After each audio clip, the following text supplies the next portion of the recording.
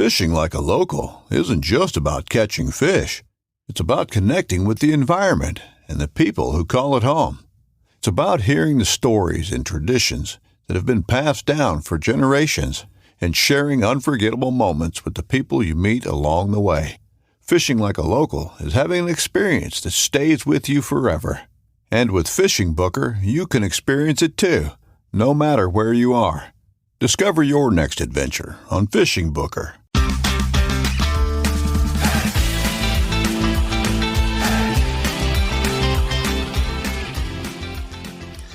Je suis assis avec mon ami Luke Oswald. English, please. I am here with my friend Luke Oswald. This is the Publicly Challenged podcast. Luke is the original host, but I am opening today for some reason. I'm Clay Bowers. Multilingual Clay Bowers. That was French, wasn't it? Yes. Yes, that was French. Anyway, we got canceled, so we're gonna do a little. We got canceled? Well, no. I'm saying we got our episode got canceled. We were gonna record with somebody, and that got rescheduled. So tonight we are recording on our own. Okay. And you mentioned something last week, and I just want to make sure that we go over it. Your incident in the marsh. We want to hear about it. Oh, that was interesting. Quite harrowing. Well, tell us. Yeah, so I went out and figured I would try to practice stalking deer. And a perfect time to stalk them is in the rain. And on top of that, because I hunt public land mostly, almost entirely, but the public land, normally when it's raining, you got fair weather hunters, so they're not there. So I figured I couldn't screw up anybody else's hunt. And so I go out there, and while I'm out there, of course, I'm keeping an eye out for maitakes, or hen of the woods mushrooms as well. And so I'm going along looking for some deer, stalking up real slow through the woods. Every oak tree I come up to, I'm kind of giving it the old eyeball, making sure there isn't any giant hens there. And I don't find anything after a while, and I'm like, okay. Well, at least I don't have to go home empty-handed. Everybody on the gram is getting the wapato, the Katniss, So I was like, yeah, I'm going to go get some. I'll go home, cook it up. It'll be great. Well, folks, this is where it gets interesting. With my bow in my hand, I'm stalking through the marsh. And I was like, well, I know there's some over there because I've been over there before, recently even, and it wasn't quite died off yet. And then you hear that you want to go when the leaves are dying off, and then you go and you dig up the tuber. So I was like, okay, I'll go do that. Well, I'd been through there, I don't know, a couple weeks prior, maybe a month, and it was fine. I walked across that entire marsh. Well, this time, after a lot of rain, I walked up, and I thought looked to be about 6 inches of water, and I was like, perfect. That's a great spot to start digging in and getting out the wapato. I went arm deep, and I was like, okay, well, it looks even shallower over there. I'll walk over there. In the process of walking over there, I sunk to my knees. I was like, okay, well, now I got to get out. It looks even shallower over there, and it's towards the shore. I'm going to walk to that. So I start walking to that. I sink waist deep. I get myself out, take a few more steps. I am now chest deep, buried. And you're not in waders. Not in waders, rain gear. Mm-hmm. Carrying your bow. Carrying my bow. My bow is above like this. It's like shoulder height at this point. And I am stuck. And I'm like, this is not good. This is not good at all. Like, this is how people die, is what I'm saying in my head. I'm like, this is how people die. I can feel water slowly starting to wick up, like from the bottom of my rain gears, between my boot and my rain gear. And I'm like, oh, now my pants are going to get wet. I'm going to get cold. This is hypothermia. This is how hypothermia happens. And I'm going to die. And then, I don't know, at some point, after about 2 minutes of this mental internal struggle, I was like, stop being a wimp. You are your own first responder. Nobody is going to come and get you. You can't even reach down in your pocket to get your cell phone. It's underneath your rain pants. And I'm like, what do I do? And I'm like, try and push my bow like down into the muck and push myself up. And that doesn't really work very well. And I'm like, I need to get myself loose first. So I just start laying back, like rocking, leaning back and forth until I can feel like there's a void there. And I'm like, okay. All right, now what do I do? So then I start moving my legs the same way. And then I take my bow and push up. And I think I might actually tweak my shoulder a little bit, the rotator cuff. But I pushed myself up and like slithered out. And at that point, I'm like, oh yeah, I forgot to mention, I felt something with my foot because there was like nothing under one foot, and under the other foot, there was something to give me a little bit to push off of. And it was like a 2-inch branch. So like maybe a tree fell years ago and got stuck in that muck or something, but it was just enough to like give me a little extra to like push out of. And and I did that, slithered out, and I was like, I can't stand up again. So I just belly crawled with my bow, like extra, using my bow to like help disperse my weight even more, and crawled, I don't know, like 20 yards until I knew I was well clear of all of that, and like hit a where there was a transition and tree line, and then I got up and walked away, and I was like, this is terrible. I'm just going home now. So were you did you actually get your pants all sopping wet and muddy? They were sopping wet. They weren't muddy because I had the rain gear. The rain gear. Yeah. But they were sopping wet. My boots were sopping wet. My bino harness and everything actually stayed dry because the rain gear was, on it, and it was, chest deep. So that was cool. Cell phone didn't get all soaking wet, although I guess it doesn't really matter with the new phones. But yeah, it was interesting. And then because I was sopping wet, I almost started doubting myself in the trail. And since you and I have been talking, I'd try to use less technology to navigate and naturally navigate. And I was actually about to pull my phone out. And I'm like, why am I doing that? I know that I can hear cars over there. And that would be, the west side of where I'm at. And that's where I need to go. So I just, so I did that. You didn't accidentally catch any Wapato in your boots? You think you're funny, don't you? No, I did not, Clay. And it would have been nice if I did, because then I would have came home with something instead of just a tale of whatever. a funny tale. Funny tale. It was scary at the time, I'll tell you that much. Yeah. I kept thinking to myself though, like, okay, this is going to be it. By about 6 a.m, my organs are going to shut down because they're going to be drawing in all the blood from my extremities, and then like eventually everything's just going to shut down to keep. And then dude, I have fallen in some water and totally submerged my waders, like in mucky areas, many times. So what'd you do though? Just unclip the waders and slip out of them? No, I just when I was in a situation like that you were in, I probably would have just swam, like legitimately just kind of like, I would have just chucked my bow as far as possible. Like, I don't know how close to the shore you were. There was nothing to swim in though, Clay. There was 6 inches of water. The rest was muck. Okay. So yeah, right. There was no swimming. If there was swimming involved, I would have been fine. The problem is, it's not like I fell into deeper water. It was literal muck. It looked like it was 6 inches, and then below that was about 4 feet of muck. Oh yeah. Okay. I thought you were talking about like water, but no, you were just it's like just 6 inches of water. Yeah, 6 inches of water, or so you think, right? And it's just 6 inches of water, and below that, I was like, oh, that's where the soil layer is, and I'll just dig in there and get some Wapato. No. Wow. So you had previously walked across that? In a different side of it, okay?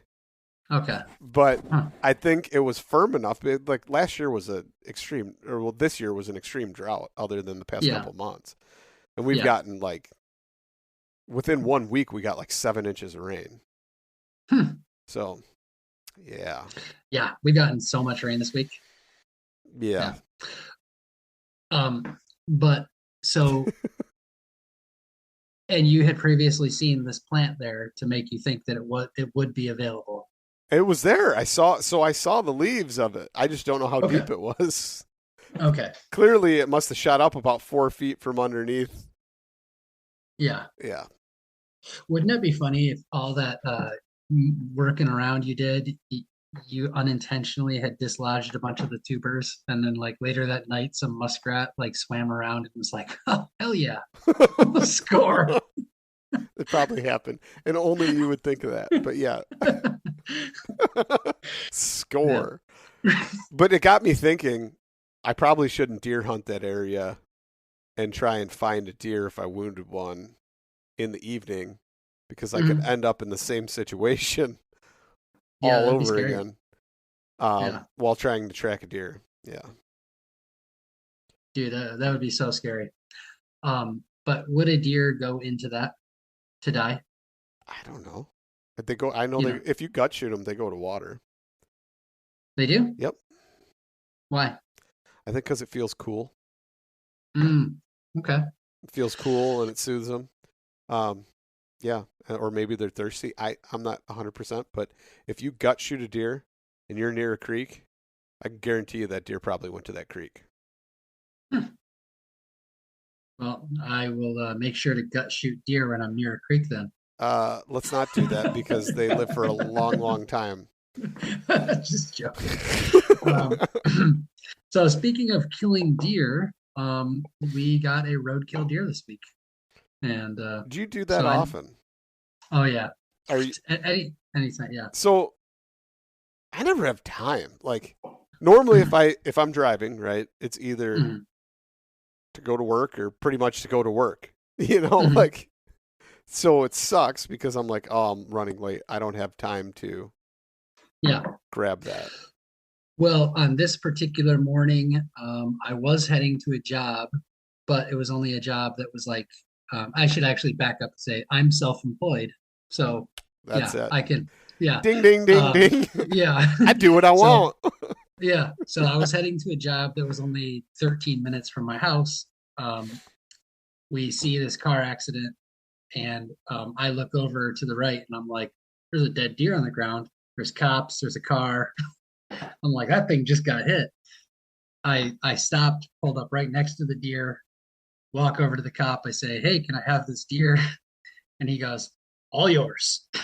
So is the cop able to give you permission, or do you still need to get like a salvage tag from the Department of Natural Resources? Um, I think like I should have probably got Okay. got, So, but I did. yeah, and that's, you I know think what? It's fine. It's not like it was wasted.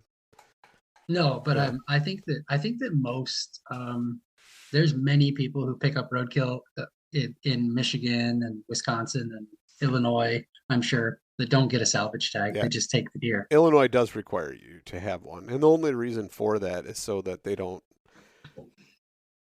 somebody doesn't accuse you of poaching. And they come to your house and then, search your freezer and find all this deer meat in there. And you're like, no, Well, I found it on the side of the road. And then they're like, did you? Did you find it on the side of the road after you shot it? Like, you know what I mean? So,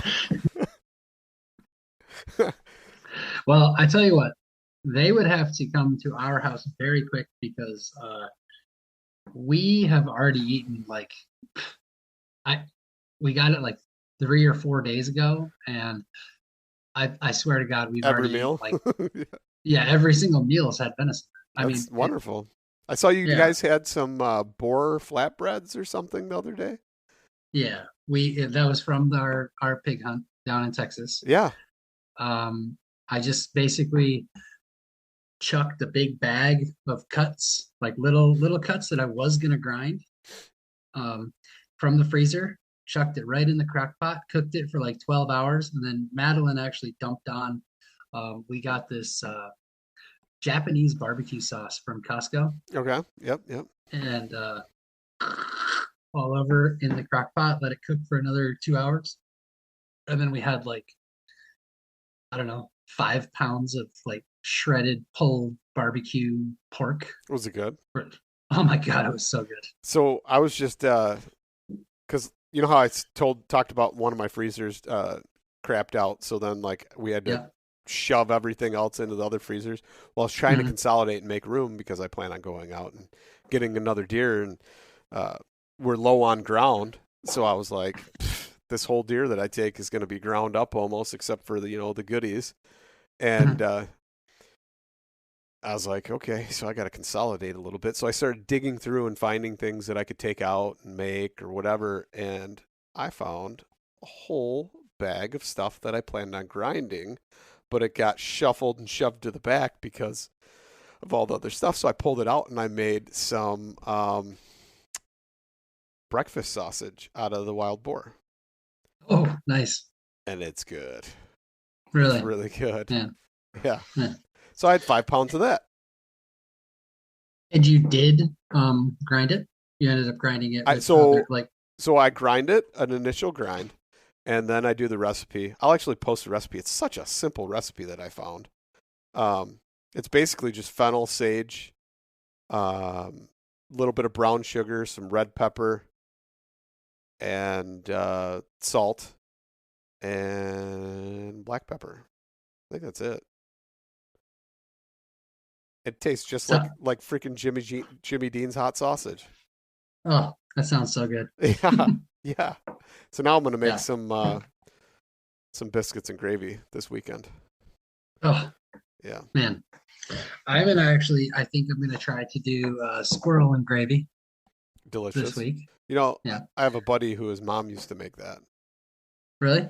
She did. She'd make brown gravy out of it. So she'd cook the squirrel in the pan with maybe some little bit of bacon grease or something, I think, and then after the pan was all brown, she'd throw flour in and make the gravy with it, and it'd turn brown from all the stuff in the pan. Mm-hmm. Oh, so good. Um, That's probably the last time I actually wanted to kill squirrels and eat them because I knew what was coming. Whenever I hear people say that, I'm always like, you just haven't had squirrel, because it's so good. No, I'm just saying that was freaking delicious. Yeah. I knew I couldn't replicate that at a young age. And then as I got older, I was like, I'm just going to kill deer. I get way more meat. Yeah, you get way more meat, but it's like something you can do with your kids, My kids aren't there yet, but yeah, they will be. But they will, and then it's so much fun. Yeah. Like squirrel hunting is fun. It'd be like taking your littlest one squirrel hunting. Mm-hmm. It just doesn't work. I've taken her. Did she enjoy it? She probably enjoys it until the snacks run out. Let's be honest. No. We killed a red squirrel, or my son shot a red squirrel when I took all 3 kids out on it was opening day this year of squirrel season. Yeah. And the trees are full of leaves, so it's really hard to see any squirrels. And my son shoots a red squirrel. Oh no! So we had a feral cat followed us for a mile. and it was just following us through the woods, and we're like, okay, this is weird. So we see a red squirrel, and I say to my son, hey, shoot that thing and let's give it to this cat. Okay. and sure enough, he shoots the red squirrel. We give it to the cat. The cat ends up staying behind and eating it or something. He was starving. Yeah, he wanted it. He knew what he was very, very interested. But either way, my daughter, my 4-year-old, she's like, I didn't want him to die. She's telling me that the squirrel, scolding me. That the squirrel died. Yeah. Yeah. And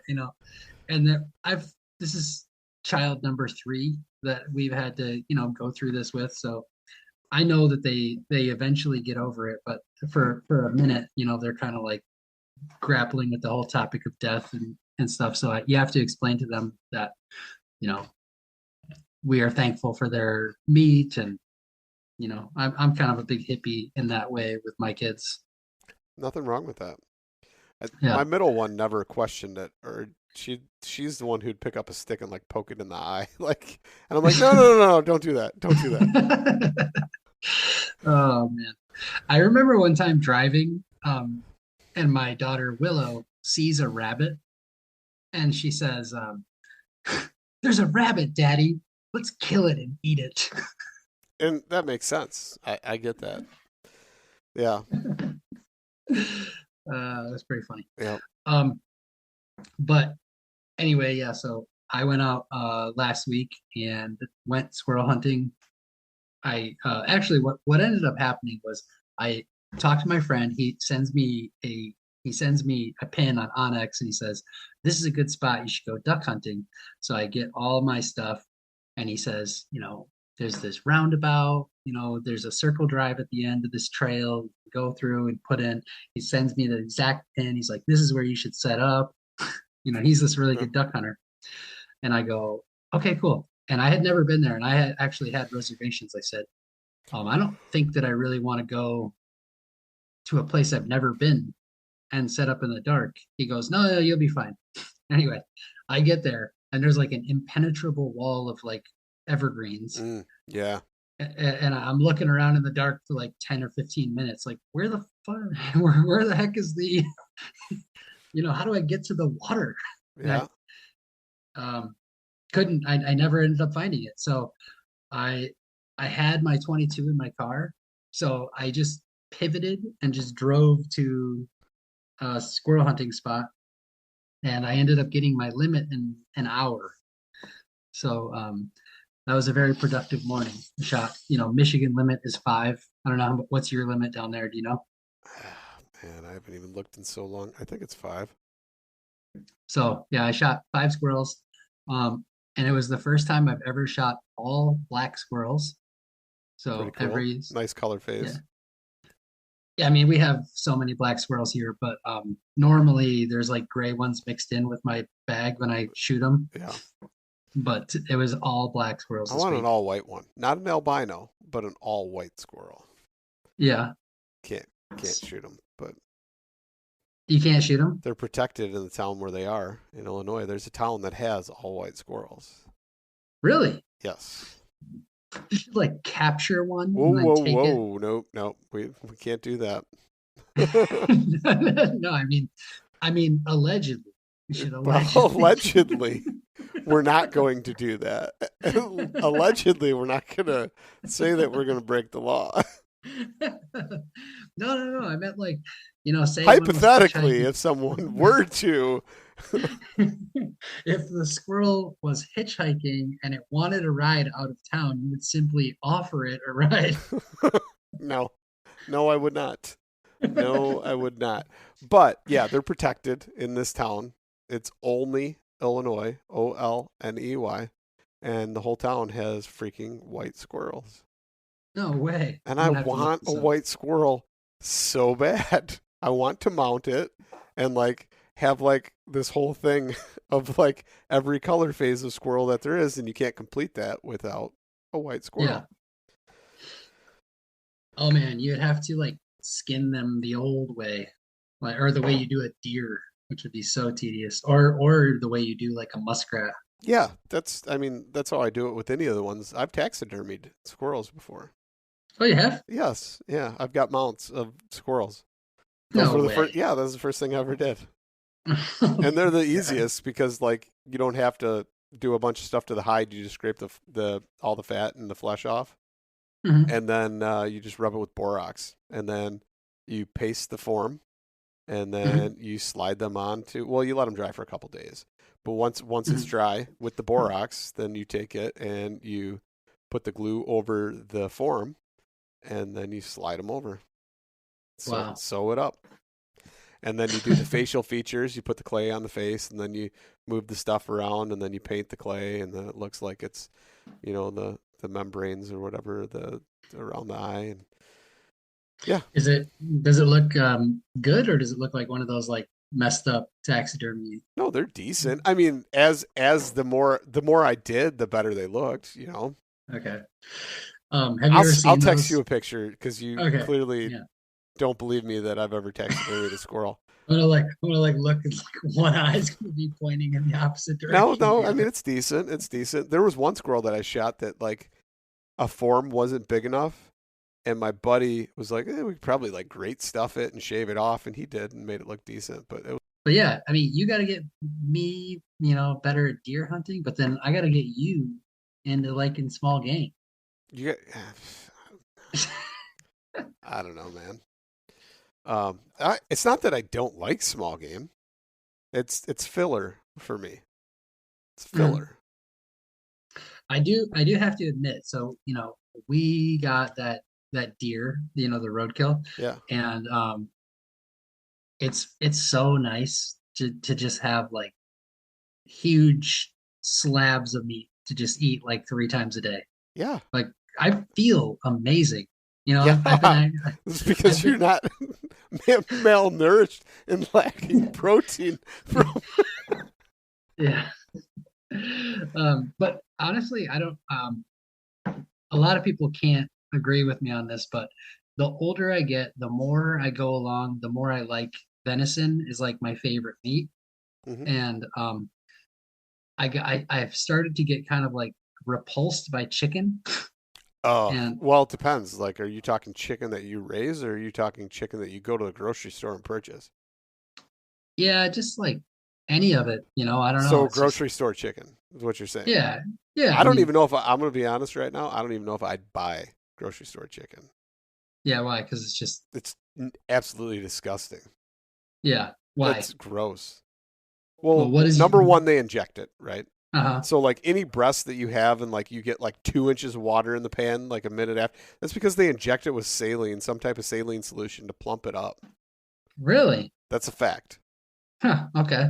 Okay, that's number one. And you can watch it like they stick the needle in and they pull the trigger, pull the needle out, and all of a sudden it goes from like this tiny, ugly looking little to this big, beautiful, thick, plump, juicy chicken breast. Well, hold on. Maybe that's so that it gives us ample cooking moisture. Maybe Sure. they're doing it for Yeah. our benefit. Right. Yeah. Yeah. I'm sure. Yeah. No, yeah, totally agree with you on that one. We I'm just just hit a trying to, rabbit hole, didn't we? yeah. Yeah. Plus, like, how do you even know if you got lab grown meat now, right? Yeah. How do you Or even know? Like cultured cells. You know what cells they use? Let's talk about that. Do you know what uh, cells they use to grow that culture? is it human? It is. Do you Ugh. know from where and what? No, I don't. It's actually a cancer cell. Oh my God. It's So there's cervical cancer cells. no way. Do you know why? Because they're the Well, fastest replicating growing cells that they continue on and they can mutate very easily. wow. That's disgusting. Yeah, So that yeah, is let's totally do that. Let's grow chicken in labs. Yeah, so just store bought meat is gross. It's always so uh plus the way like mechanically separated just has a terrible sound to me. Mhm. Um yeah, Yeah. so I don't really go for like if I go to a restaurant, I don't even like to eat chicken. Mm. My chickens they eat bugs. They live a very healthy life in my yard, Mhm. and then they get killed. Wow. And then they go in the freezer and we eat them, and they taste different. Yeah. Well, I have had, in the Like past. pastured chicken. Yeah. I But mean, that's yeah. that's what's crazy, Clay. This is what's crazy about it all, okay? Pastured chicken only means they have to have like equal amount outside as they do inside. Hmm. So like they could have like this big factory Mm. chicken farm and then it's like okay, they have 5 acres inside that, 2,000 chickens use and they've got 5 acres outside. Like but really that's not that much when it's way more than 2,000. That's an exaggeration. It's like Yeah. 200,000 chickens. But whatever. Like Yeah. it's just gross. It's gross. So they could have like 2 square feet of Right. space Per per chicken. chicken. Yeah, and then it's considered like, free range. Yeah, cuz they get the choice to go outside. But Yeah. then but then you hear interviews of chicken farmers talking, they're like, "Yeah, we don't really give them the choice to go outside. We'd be losing too much feed on the conversion to, Oh my God. yeah, they don't. It's just gross. So like whatever label it has is probably pure BS. Yeah, I mean, Gross. we kind of suspect that, and you can even tell the difference from your eggs. Like we get eggs from our friends down the street Well, here you've that had have, my eggs before. yeah, um, but like they just are different. Vastly different. We were talking about this morning. Not Yeah. you and I, but someone else. And I was like, Hmm. I'm not, somebody cooks me an egg. I'm not going to be like, oh no, I don't want to eat your egg that you made me. But at the Hmm. same time, it's like, this has no flavor whatsoever. It's just like this white and yellow, but it's not even like, it's real dull yellow. It's not bright. Hmm. Like a free range, an actual free range chicken that does get to eat whatever the heck it wants. It's just bright orange, wonderful, flavorful yolk. Yeah, not the Yeah, same. yeah. But in that same vein, so I also have kind of in my Oh adult yeah, you get gross, what? you get grossed out by chicken. That's Yeah, that's yeah. So how all this yeah, started. And you like yeah, yeah, venison. Yeah. Now I yeah. remember. So I really like venison, but I've also learned that even venison though, I'm not really a huge fan of like completely corn-fed venison. You Oh know, yeah. No, from like from like a restaurant, you mean? Like to where no, it's no, no, no. I mean, I'm just talking like even so. Inevitably, every single year, oh yeah. some friend of ours or some family friend will give us some Southern Michigan beer, and we cook it up, and we're just like, oh, what the It's not the like same. I agree with you on that. Yeah. like like Southern Michigan has so much ag, you know. That's Illinois. That is And Illinois. I'm telling you, I still prefer venison over a lot, but uh you can tell the difference.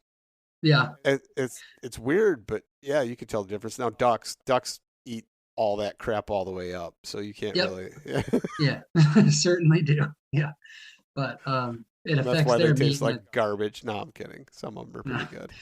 ducks like mallards taste amazing. Yeah, that's what I said. Some of them taste pretty good. Yeah, yeah, Actually, but all of them probably do if you cooked them a certain way. But yeah, but so yeah, you hunt public land in Illinois, but what is it like surrounded by still cornfields where you gotta yeah, yeah. yeah. Uh and do you ever worry about like, Genetically all the modified corn. yeah. Yeah. You're like, yeah, duh. Atrazine, Roundup. Yeah, you want to? Where do you want to start? Yeah. So how do you even begin to figure that out? You want to hunt deer. You just gotta ignore it basically, right? It'd be the same as going to the grocery store and buying beef, Yeah, knowing at least yeah, this isn't going to be vaccinated or whatever, and the other yeah. would be. You know. Okay. Yeah. Hmm. Yeah, that's a bummer. I mean, well, Clay, but even I by you, let's be honest, there's still egg. They're eating it. It's different egg than it is here. It may not be corn, but there's still genetically modified stuff that they're going to eat. It may be less, but yeah, I mean, but I've got like I now was you go just to the checking. UP, that's a completely different game. Yeah, but so I was just in an area earlier checking out like me and took Murphy the dog on a little walk today, and you're probably going to scold me for this and say this was a bad move, but me and him were walking down a deer trail, you know, Okay. um, Why would I just scold you? I don't know, because like you're not don't walk where they go, don't I leave don't your care. scent or What does it you matter? know. Were you deer Uh, hunting? no, I wasn't. I was I was checking things out. Like I was going to a spot, but in that spot, there's no agricultural crops, anything for miles around. Yeah, okay, so those deer probably don't eat a whole lot of it. Yeah. And I was walking into a big cedar swamp, you know.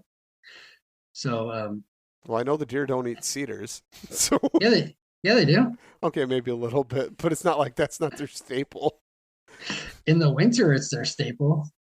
No way. That's not their That only is like browse. they're eating that. They're eating spruces. They're eating if they can find little trees. Yeah, but they're digging up.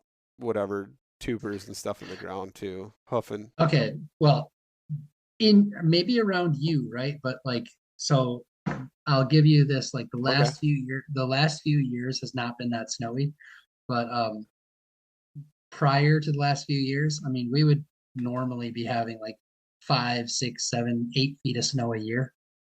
Okay. They're not digging through for anything in that. They're usually you can see the browse line on the evergreens. Yeah. They're like, yeah, they're eating like, they're starving at that point, eating whatever they can. But yeah, yeah, you'd be surprised though, like how deep in snow an elk will stay. And elk aren't they're grazers. They're not even yeah, browsers. Like deer will browse on just about anything. Like elk graze. And yeah. you'd be surprised how long they'll stay in an area with snow and paw through that snow to get to grass Wow, before they move on. that's It's weird, man. insane. Yeah. Yeah, Just saying. Just yep. No, I gotcha. So, are you gonna go back out and try to find any more nope. Wapato? Sure not. No, you're not. So you don't have any area that is moist but not wet? Moist Like, but not wet that grows Wapato. I know where there's some that grows right along the riverbank, but yeah, because I was gonna say I have a spot that I know of. I just far as the eye can see. no. This is it's The actually deer and the elk are aplenty. yeah. No, this spot is actually very small. It might be like a 10 by 10 spot, but it's up from a wet environment and I can just take a shovel. There's no water. It's like just moist soil. Oh, And I can just pick lots and lots of tubers. I don't know where any of that is. Huh. Well, sounds like you might not be quite as crazy as me when you're like out and about, like noticing plants. I'm Maybe you're just starting to noticing. get better at it, but like, I don't know, man. I don't. There's not. I don't know. I don't know, man. I Mhm. the places I travel, and it doesn't matter. Right now is deer season. That's all I care about. Okay, so Foraging is like in the background, not the foreground at this point for this time of year. Now, will I yeah, get some if I'm an opportunist? Let's be real here. Mhm. If I'm down in a river bottom, like in a slough, and I happen to be like, oh look, there's some dead Wapato leaves. Mhm. Yeah, you know what? Maybe I'll dig them up before I go home. Then I'll do that. But I'm not going in a marsh to do this ever again. So Yeah, so there's that. yeah. Um, so you're fully in whitetail season right now. When does your guys' season end? Well, January 1st, like technically, I think it goes to like January 16th. no way. Yeah, and then even then, it might be a little bit longer than that because then you got an additional like counties that have chronic waste disease. They got a CWD extension season and an antlerless late winter antlerless season. So it might be like January 25th or something. It's crazy. Wow. Yeah. And you're not ever usually going out that long, right? Like until It January. depends. Maybe if Yeah. I get like like into January, it's because I'm going for meat, obviously. You know what I mean? Like the deer, you risk shooting them that late into January and like they fall to the ground and the antlers drop off. So it's not like you're gonna be like, oh yeah, I've got this buck I've been tracking forever. You'll just wait till the next year. You know? Okay, but what about shooting does? Because like Oh yeah, shoot don't does. you? What do you mean? You can shoot as many does as you want in Illinois. Yeah, If you got the money to buy 12 doe tags, you can buy 12 doe tags and shoot 12 does. that's crazy. Do you think you could in a single season? Yeah. Like if you wanted to? Yes. I see, like I would love to even be like have that confidence to be like, I'm gonna shoot like But okay, two. one, you have to dedicate the time. Like, let's be honest. It's freaking October what? And like I've only been out once. This is the worst year I've ever like just too much other stuff going on. It's crazy. But like Mhm. my buddy's like, yeah, I've got like 30 hours logged in a tree. I'm like, yeah, cool. Good for you. Like, you know what I mean? Like, that's crazy. Normally I'm like that, but just this year it's slipped away from me and I don't know, man. Not enough vacation left. I mean, I've got a lot coming up here within the next few weeks. In fact, yeah, like tomorrow I'm going out and it's going to be pretty much every day all week into next week. And then the following, same thing. You know, it's going to get pretty serious here. But normally You're I hunt talking mornings. all days. Like I'm going to do all day sits. Dark You to do dark. all. Dark to dark. How do you possibly like? I just can't understand like how you do that. What do you mean?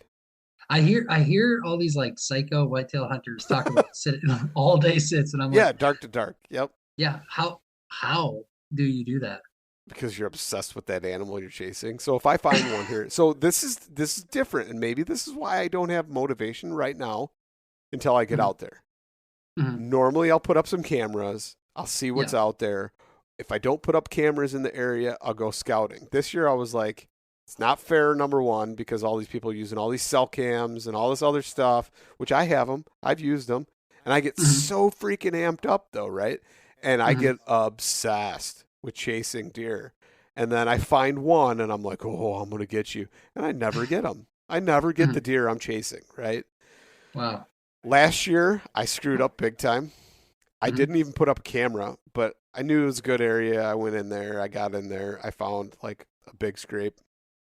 I got in, and it was the wrong scrape. It wasn't as active, whatever, because like this is a couple months ago. I scouted it, and I'm like, oh, yeah, there's a community scrape here, but it wasn't like a big one. It was rut. Went in. There was a couple other little scrapes that were satellite scrapes, and he was hitting those a lot more than the main scrape. So I'd move like every day. Finally, I got a shot on this deer, and it was a really nice deer. And I screwed up big time, and I've got a pin to where you move the pin, and I had it. I think I can't remember what it was. I had really heavy arrows, and I want to say it was like 29 something yards. No, 24 yards or something like that, right? It was long. It was further than that. It was 34 yards, I think. And I put my pin on 40. That's what it was. It was 34 yards. I put my pin on 40, or it was like 33 yards, whatever it was. I was like, probably 40, whatever. I shot right over his back. Completely missed him. And I'm like, oh, what the hell? Like, I couldn't even believe myself. And knowing that, like, it was my mistake, I totally screwed that up. I should have just put it, because I looked at my bow and I'm like, oh, it's on 40 yards. I'll just draw back and shoot, rather than adjust my sight pin and put it to where it needed to be and be like, oh, yeah, I'm going to do it 30, 34. Let's put it under 35, you know what I mean? Because you can get like 33.3, like you can get that accurate with it. And I didn't. So why didn't you just aim down your arrow? Just look at your arrow and like look just down. Stop, Mr. Crossbow. Mr. Crossbow. Let's not even go there. You mean my French war bow? You can call it whatever you want, but I've got a lot of friends that would call it a lot of other names. We're just going to go with that. That's the politest way to say it. You've been hunting long enough. You can be a man about it. I'm in it for the meat, dude. I'm not in it for being cool. No, it's not about being cool. It's about the struggle. Well, you struggle enough with a crossbow. So. Okay, fair enough. Yeah. I don't know. There's just my stupid mistake, and that mistake cost me that deer. Because I didn't have any more time to hunt him. That was like the last day, and I was on him. But it's just that the most open or broadside shot that he would give me was that distance, and I biffed it. Wow. Yeah. And you really wanted to partake of his flesh. I did. I wanted to hold his horns, the antlers. I wanted to hold the antlers in my hand and say success was mine. Yeah. But it wasn't. So, yeah, here So- we are. So This year, fast forward to this year, and I did not put out any cameras at all. Okay. I didn't right. do any scouting. I said, I'm going to find properties, even some new properties. I'm going to pick a point on the map and I'm going to go in blind. Mhm. Yeah. So that's what I'm going to do. Okay, can you explain to me, because I always get them mixed up, what's the difference between like a scrape and a rub? So a rub is on a tree. Okay, that's what Okay. that's what I thought. And Yeah, a scrape is it's on the ground. on the ground, but there's satellite scrapes. There is community scrapes. Okay. And so like bucks will do these satellite scrapes along a rub line a lot of times. And they will make all these small little scrapes that are the size of like a dinner plate. But they'll pee in them and put their scent there and let other bucks like, hey, this is my turf, back off. Any of these hoes up in here, this is my house. These hoes up in my house. You know what I'm saying? So, but then they've got community scrapes where they actually are pretty much active almost all year long. And they will go there and like, you know, in some areas where the winters are harsh or whatever, they'll go to these scrapes and be like, oh, so-and-so's still in the area. Like they'll know, you know, the digital footprint through their urine and their hoof. Wow. They will know, you know, the other deer in the area. And sometimes you can pee in them or whatever. And like not so much the community scrapes, you don't want to do that, but like the satellite scrapes, because then it'll be like, oh, is there another buck? And they'll smell the pheromones in your body too and be like, somebody else is in here. Who is it? And yeah, that actually works sometimes to get the bucks, but yeah, you could do that. Yeah. But a lot of times along these scrape lines, or the rub lines, there will be scrapes or rubs, you know what I mean? Like in a buck's area. And then you want to find that community scrape though, because they're still cruising and checking to see who's in those areas. So you want like a big community scrape and then like some satellite scrapes around that. And that's a good place to try and set up in there because you know he's going to be cruising and scent checking. Yeah. I saw like a pretty big scrape earlier today. The size of like a car? Not that big, but there like is like I've come across and been like, what? Yeah. But legitimately like size of a freaking car. But this one that I found was probably half a car. Like a car hood? Like a car hood? Yeah. Yeah. That's like a still car decent. hood. That's a good that's a good place to be. And then above it. Why are you not hunting that? Right above it was like a branch hanging down too. That's a licking branch. Yes. Yeah. So they rub their orbital glands on that, and then they lick that as well to like taste and see who else is there. Yeah. Wow. That's so interesting. So that would be a money spot. That's a money spot. Money spot. Yeah. Especially like right now where they're cruising. They're cruising to see who's in the area, right? And they're trying to establish their dominance. And then once a rut happens, it's different. It's like, but like right now they're trying to figure out who they're gonna be chasing. Okay. That's a good time. Yeah. Yeah, I gotta get out there. And the cool thing about this spot that I was just telling you about is that I think I saw one other car go on this. It's a public land spot, but it's a spot that is like very little known, and it doesn't have any like trails. So it's a public land spot with 0 trails. So it's like all dense woods, and then there's like a couple deer tracks through the place. You know. Yeah. Like you need to get on that. A lot of deer sign. You need to set up in a tree with the I don't wind have a right. You need a nice crosswind and a crossbow. That's fine. That's fine. Yeah, we'll work that out. We're gonna get you in that tree.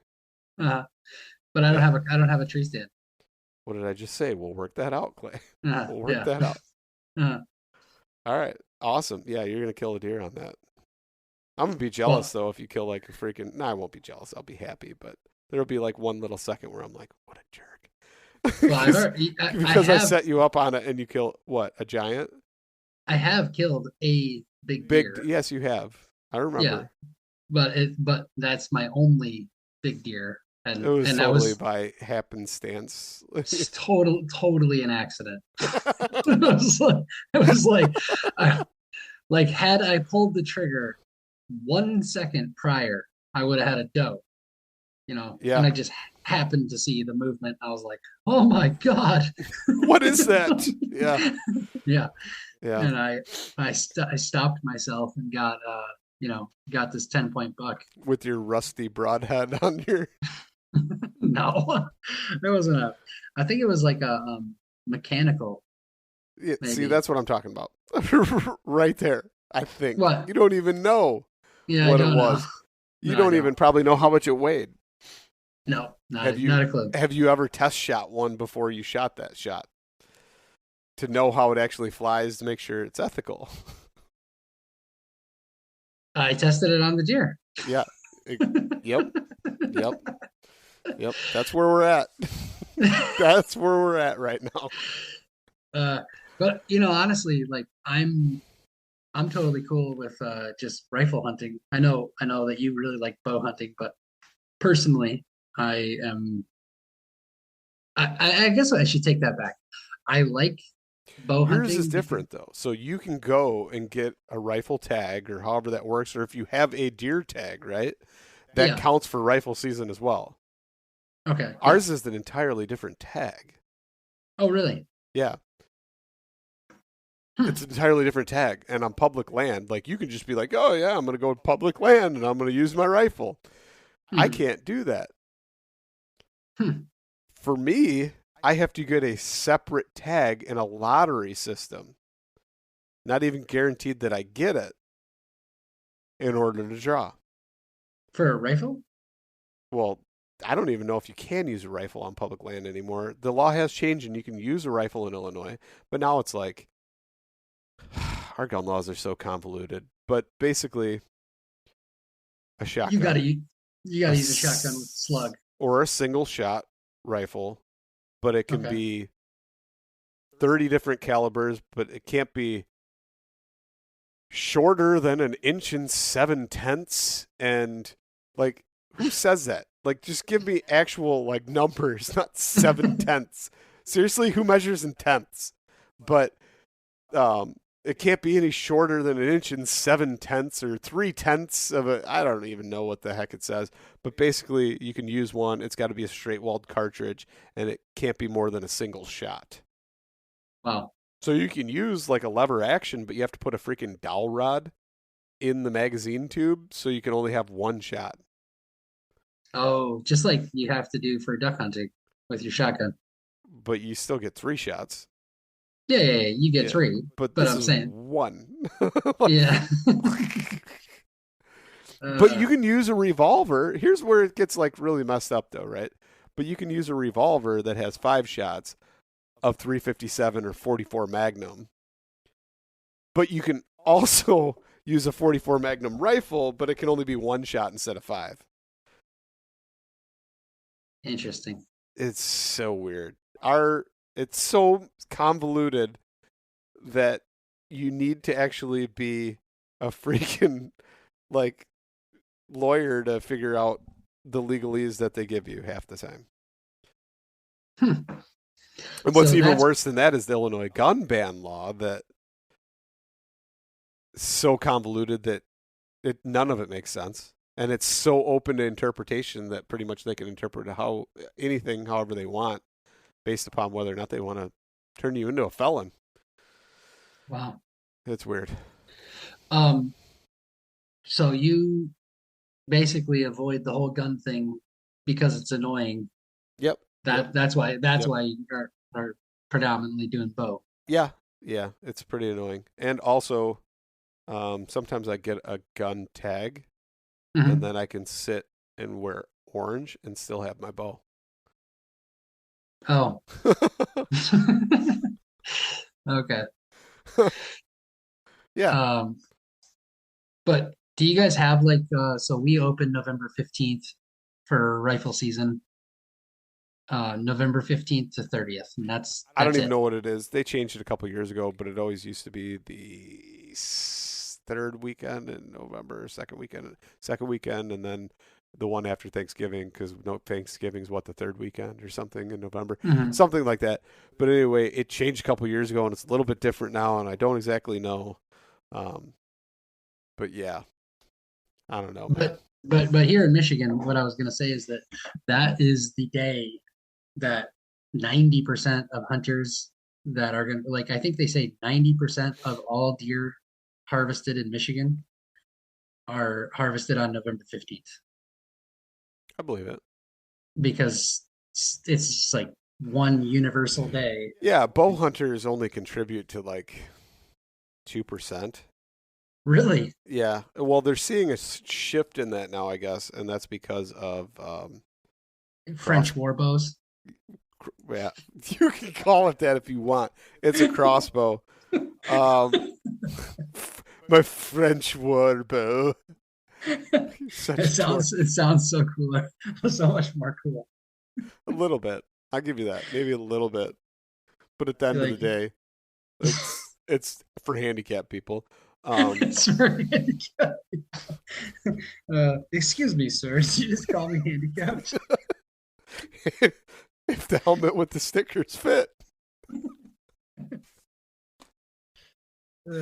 Yeah. So, yeah. Crossbows were originally intended for people that had a handicap that still wanted to archery hunt. Mm. And then people were like, oh, well, why can't I use it the whole season instead of whatever? And then it turned into a whole bids bag. And they're like, you know what? Go ahead. And I don't really care. I don't. I make fun all I want. But at the end of the day, I don't care. As long as people are getting out into the woods and actually hunting and continuing the whole hunting culture and educating the youth and retaining more hunters and even getting adult hunters into the fold, and more than anything, getting vegans into hunting. That I don't care. I don't care how they do it. You know what I mean? Honestly, I wouldn't mind seeing trapping where you can trap big game. Deer trapping. Why not? You know how? Yeah. I'll tell you what. There's some dudes I met from Louisiana that we used to snare them. I'm like, snare a deer? I thought they were BSing. It's probably one of the most effective ways to get a deer, like on a regular basis. Wow, allegedly. No, I've seen pictures. Like, allegedly seen pictures. Yeah, correct. Beep. This is from their youth. I don't think they do that anymore. But you know. Yeah, I mean. But then again, I mean, you're living in the backwoods of Louisiana, whatever. You know, like I'm talking. These people were like sustenance people. Yeah. Their rules didn't apply to them. No, they were living. They were killing to live. Yeah. We kill because we like it, and then it's, of course, it's meat as well. I mean, we don't kill because we have to kill to eat it. Yeah, I would die if I was relying on venison for survival.